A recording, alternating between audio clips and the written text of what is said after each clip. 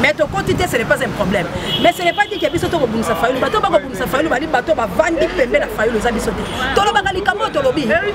qui s'appresse les bandes président. Tant que président Salibo a Salibo pour la SDT. A Salibo en tant que président élu à Congo. Balandier Congo Lisanga Télévision Mbote Baïke Bokolandapso partout dans le monde entier à travers 3W Congo Lisanga Télévision. Chaîne YouTube le message que le blabno ma matali politique à Mboka Congo yo oyo bino ba oyo bo 20 pena bandako bo bino nan bo s'abonner te bo s'abonner massivement na Congo Lisanga bo cliquer ka juste na cloche na pena bokozala penza ko bokozala abonné bokolanda ba information na biso nyoso lelo penza tozali a liboso à Faden House et si ka penza to yaki kozwa point de presse ya président élu Martin Fayulu o penza ayaki kolobela na tina minembwe ndenge minembwe ekei ndenge minembwe ko kufa président Martin Fayulu penza zaki na message à ko lancer na population bazombi partout dans le monde entier na ba diaspora o penza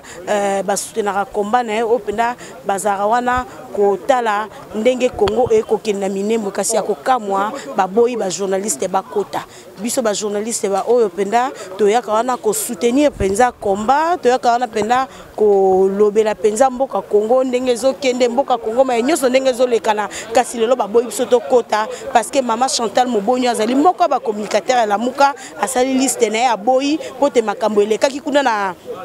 Sainte-Thérèse makambo elekaka tango président Martin Fayulu utara poto makambo ba traité que penza ba journaliste pe malamu te déclaration ba journaliste ba saki nde lelo penza ba boyi biso to kota kasi ba journaliste penza ba sepe na likambo wana te sali pasi tozali na ndeko Trésor King na ndeko Tatiana Osango bandeko penza bazali ebele et surtout maman Osango penza ba boya kota parce que ye azoko interviewer mingi honorable Mike Mukeba eza penza mamba passe mamba soni to tiki nombo landa makambo nyonso lekani ali bosa Faden House et puis tozongi bongo na sima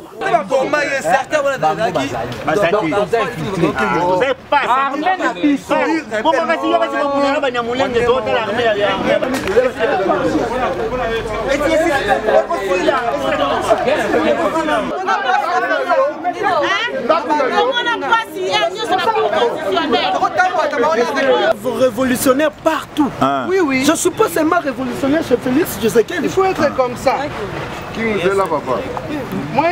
Ndeko Kingo za journaliste nini osala libanda botomonyo telemi conférence de presse. Moi le problème est ça, je suis venu pas le roi journaliste, j'étais venu comme un résistant. Mais vous avez compris que là, vous les journalistes Obozana, quand vous avez chassé. Conférence de presse par invitation. Oui, c'est bon, il devait inviter. Mais bon, non, qui concerne tous les Congolais. Donc je pense qu'il fallait qu'il y ait tous les journalistes qui diffuser. Pour que nous inviter, diffuser en côté. Moi, j'avais même souhaité que le président Martin Fayulu fasse un meeting. Pour en contact avec la population. Parce que la conférence de presse, toyebi bien que les Congolais ont l'information et surtout, excusez, et surtout, na bamakambu awa. Vous voyez, ce qui les loyaux, vous dites, il y a des organisations, j'avais dit, on doit suspendre. Journaliste valeur. Moi je ne suis pas seulement un journaliste, je suis un journaliste résistant. Si je veux cogner, je vais cogner. Moi s'il faut cogner, on continue à cogner. Parce que il paraît maman Chantal chargée à communication de la jeunesse. Mais si maman Chantal a beau journaliste, mais journaliste parce que bino journaliste bino mission. Qu'est-ce que vous devez faire vous les journalistes pas vous respecter. Nazongi sabino lisuna sima. Tozaki na assemblée provinciale. Jour à makambo Gentini Ngobila na azaka. O Gentini comme gouverneur. Bon monaka to ba kangi ba journaliste ni to salara. To telema ko liboso ba to baza pouvoir. Ba to ba diriger mboka. To bi caméra ko kendete mutu ba ko kendete. Et basala ki nini bayoka ki ba respecter ba journaliste. Aujourd'hui vous les journalistes bokabwani et comme ba journaliste pro-nagno, ba journaliste pro-nagno contre déontologie journalistique. Les gens ne savent plus traiter. Mais nous avons cette liberté d'expression, l'article 23. Et si Basali a un Trésor King, qu'on a un journaliste surtout parce que Trésor King, l'autre fois, qu'est-ce que Trésor King demandait? On ne pourrait pas laisser les journalistes ici jusqu'à 22h01 sans que le journaliste au moins base de transport. Trésor King n'était pas venu demander le transport des gens. C'était défendre le Congolais. Parce que même les journalistes sont des Congolais. Les Trésor, les journalistes, à moi aussi, il y a Tatiana. Baza ko bato la muka ba ko kuma mabe na ba réseaux sociaux pour asala ki émission nan de Mike Mukebai. Message ni au Mike Mukebai, nous on était, mais quand tu me cites Tatiana, même Tatiana il est là. Elle est là plutôt. Soka bimi est en façon ou abimeli, s'il vous plaît. Donc tant que tu benga ki batutu basangana, ba misu ba bise babo ko kutana président Martin Fayulu na ndenga kusu. Après bo komi na ba réseaux sociaux Martin Fayulu a kutana ba journaliste. Mais boyo ba ki se sous ba résistant. Na bité ba journaliste résistant au bazarandeni. Mais bah, il y a le président Martin Fayulu, les trois journalistes, Tatiana Osango, Joël Kombe, Maman Oseya, après avoir revendication au Trésor King à Salaki. Mais le problème, ils doivent comprendre que c'est le problème de tous les Congolais. Ce n'est pas le problème des individus. Le problème de tous les... Si ils font ça pour Trésor King est là, que les gens viennent reprocher Trésor King, que Trésor King nous te reprochons de ça. Et nous il m'a traité des journalistes. Tout ça, là, maman Chantal, il n'a pas embargo. Mais c'est à vous, des journalistes, quand on a pris une décision, les gens étaient contre. Bazo sali réputation et président élu. Je ne pense pas que le président Martin Fayulu Moutabi, si Babo est journaliste, Moussoubo Kalibanda. Je ne pense pas. Mais si le roi Babé réputation, il y a tout un président, il faut que Makambo Sanini ait à régler comme il faut. Maman, bande konangai, ngai na lobaka, ngana certain on a zabu mesre kuna kimi sakaye. Et bon ça na bi mutoko yo sa campagne te na commune nga matete. Nga soko kaninga na fade nga kanyo na terrain, je vais te cogner jusqu'à mort. Moi je suis comme ça. Moi je marche avec les sportifs, les gens le connaissent. Moi je ne fais pas de blagues. Maman Joël, tout le monde est venu. Oui, vraiment, tous allés désolé. Déçu, Penza, il y a Osaranate, Bobi qui est biso, tous les journalistes, tous la tendance de accompagner à la Mouka, toquer na cash, toquer na FCC. Tokamo le lot de Penza qu'on pouvait point de presse, il y a président Martin Fayulu, Tokoma Awa, Baboy biso Tokota. Pour la nini parce que mukolo le président ayaka utaka poto na meeting kuna na Sainte-Thérèse ndenge ba traiter ki ba journaliste et c'est pas ça qui biso nyo sauté de comme ça Trésor King ameka ko sata moi message ndenge penza ba traiter ki biso kasi message wana et comme ki na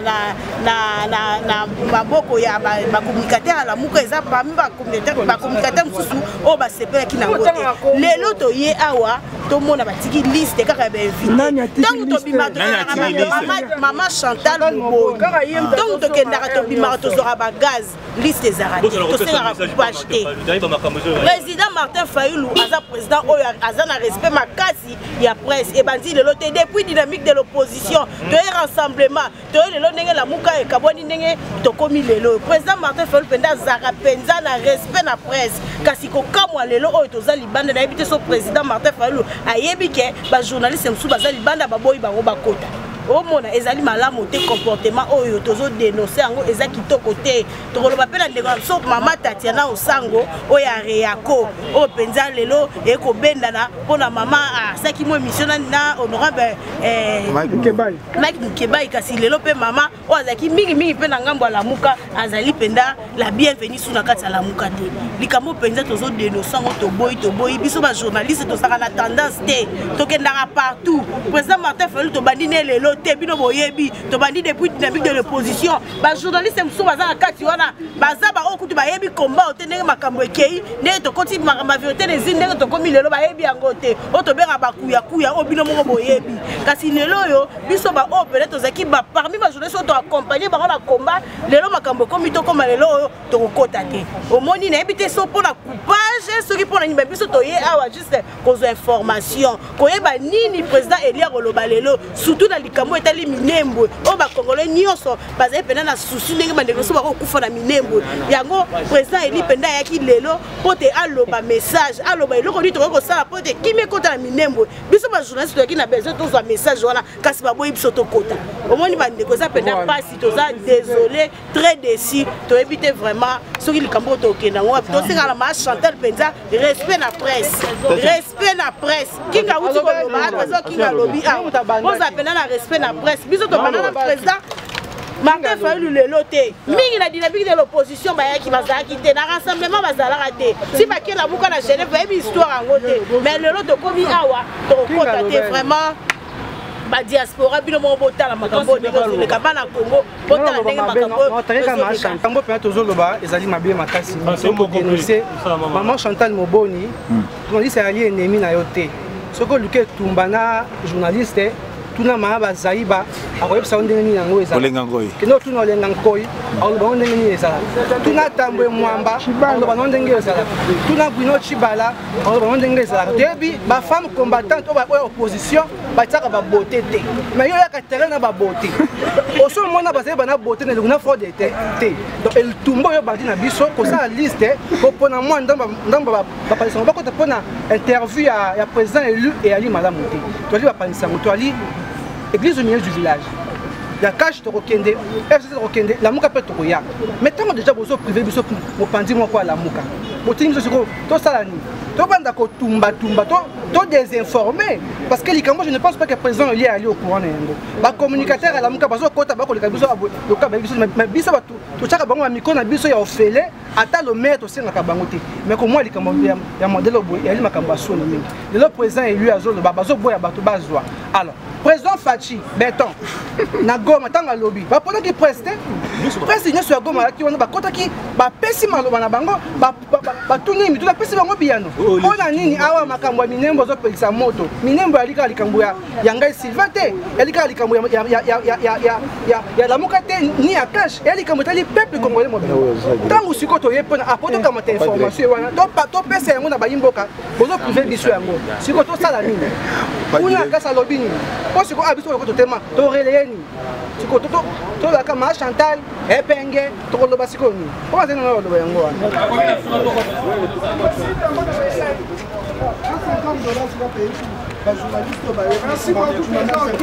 oh Trésor King Togo tate King afuti biso mbongo oh taya kapchaya ah Trésor King simba pesa ya jago simba King asali likambo ondo kapso King asali là côté biso ba journaliste to futa transport to songa na ba rédaction na futa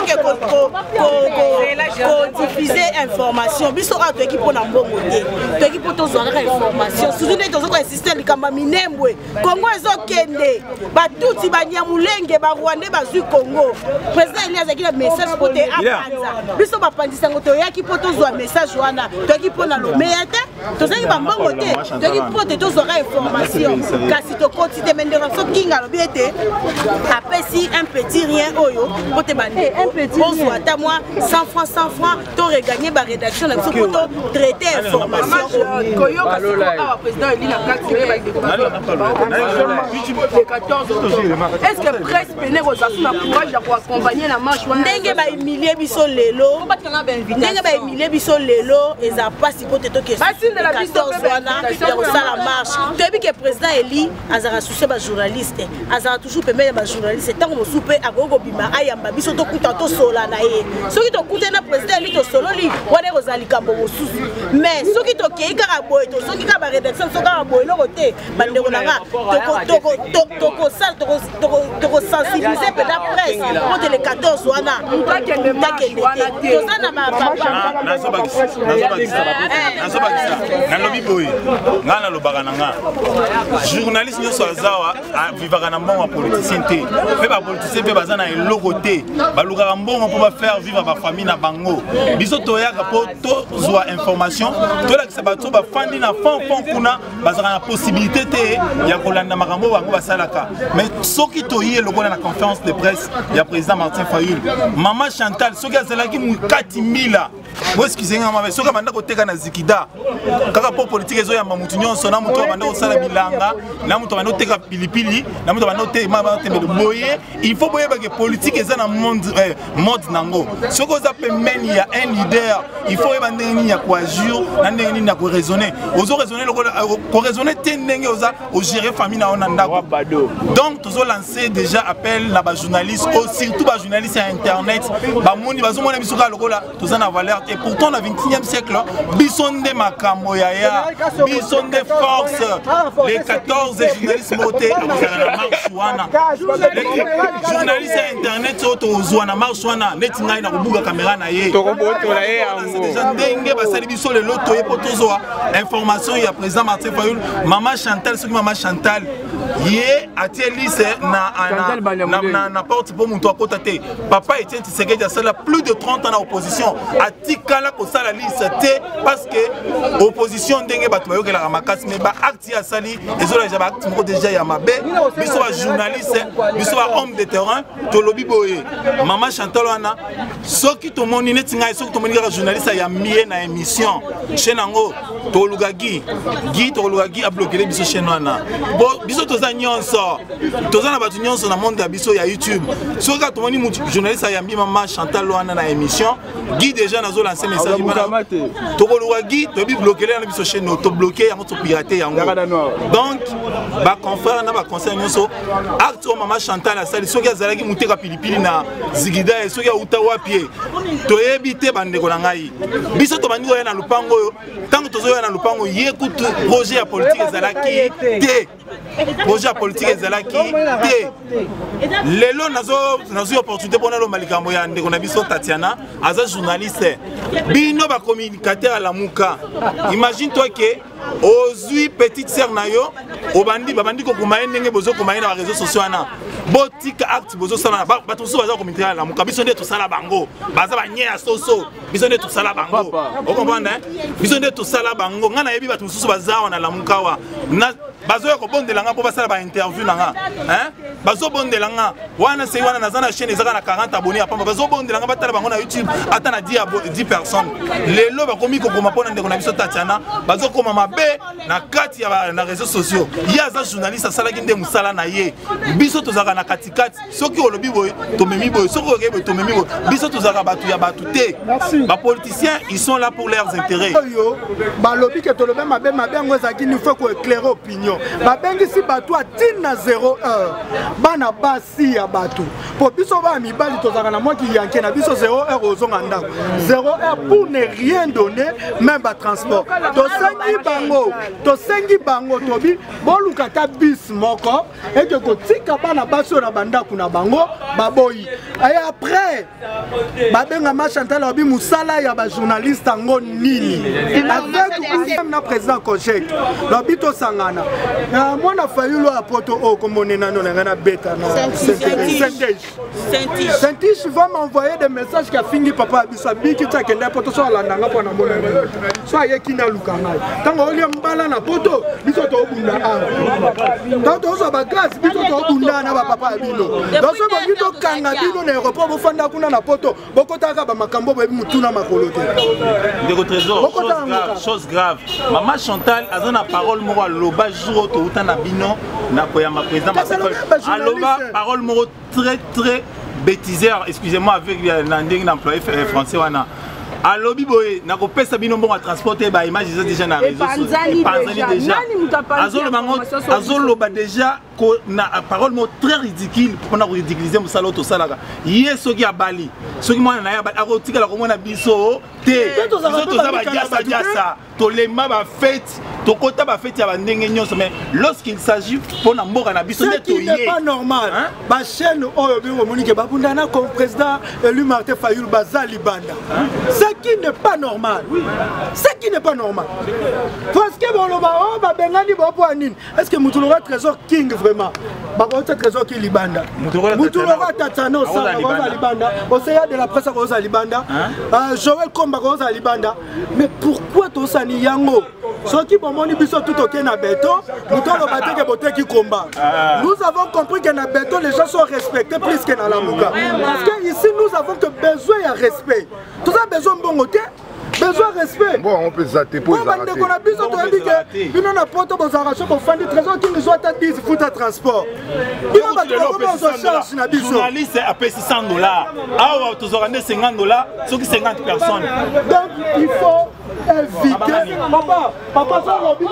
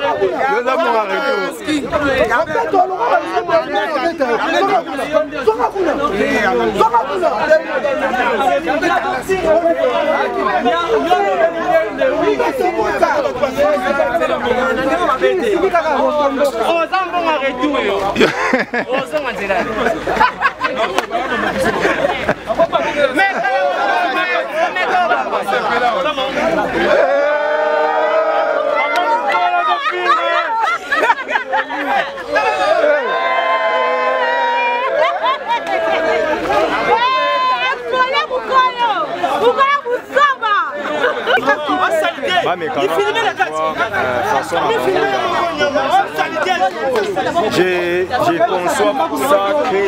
désastreux que au-delà de la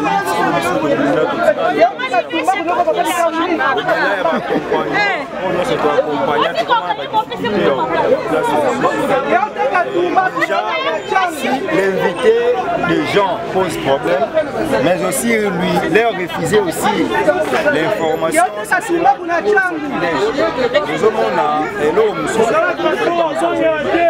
La popularité qu'il a, c'est parce qu'il était et ce qu'il est là, comme il a l'acception, comme super homme, superman, super congolais. Et pour nous, il y a des exceptions parce que je suis indépendant d'esprit, j'accompagne tous celui qui a raison. Donc aujourd'hui, le président Fayulu, dans ses cadres, en tout cas, il a perdu la raison parce qu'il doit respecter la presse. Si on continue dans la carte, au coup de TV5, au coup de RFI, au coup de Jeune Afrique. Donc, le président Fayulu loupé. Aligny Paye Bissabiso que TV5 n'est au TK, et bien, Bisso n'a qu'à se au TK. Mais tout le monde a dit en tant que journaliste français, nous avons critiqué le Congo et comment Bisso a défendre la République démocratique du Congo. Mais tant que nous avons la communication, vous préférez Baoyabino. Et puis, Naza parmi Bato, Naza Koutouna Mogo, on a télé, phénomène, il y a des journalistes qui ont tendance résistante. Parce que le commis, pour ça, l'émission a X, qui pose la tendance, non, nous avons passé nos 5 ans de nous sommes venus couvrir la conférence de presse.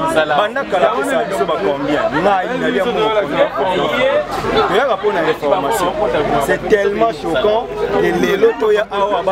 non seulement au pays de l'invitation, tu es casté sur l'information.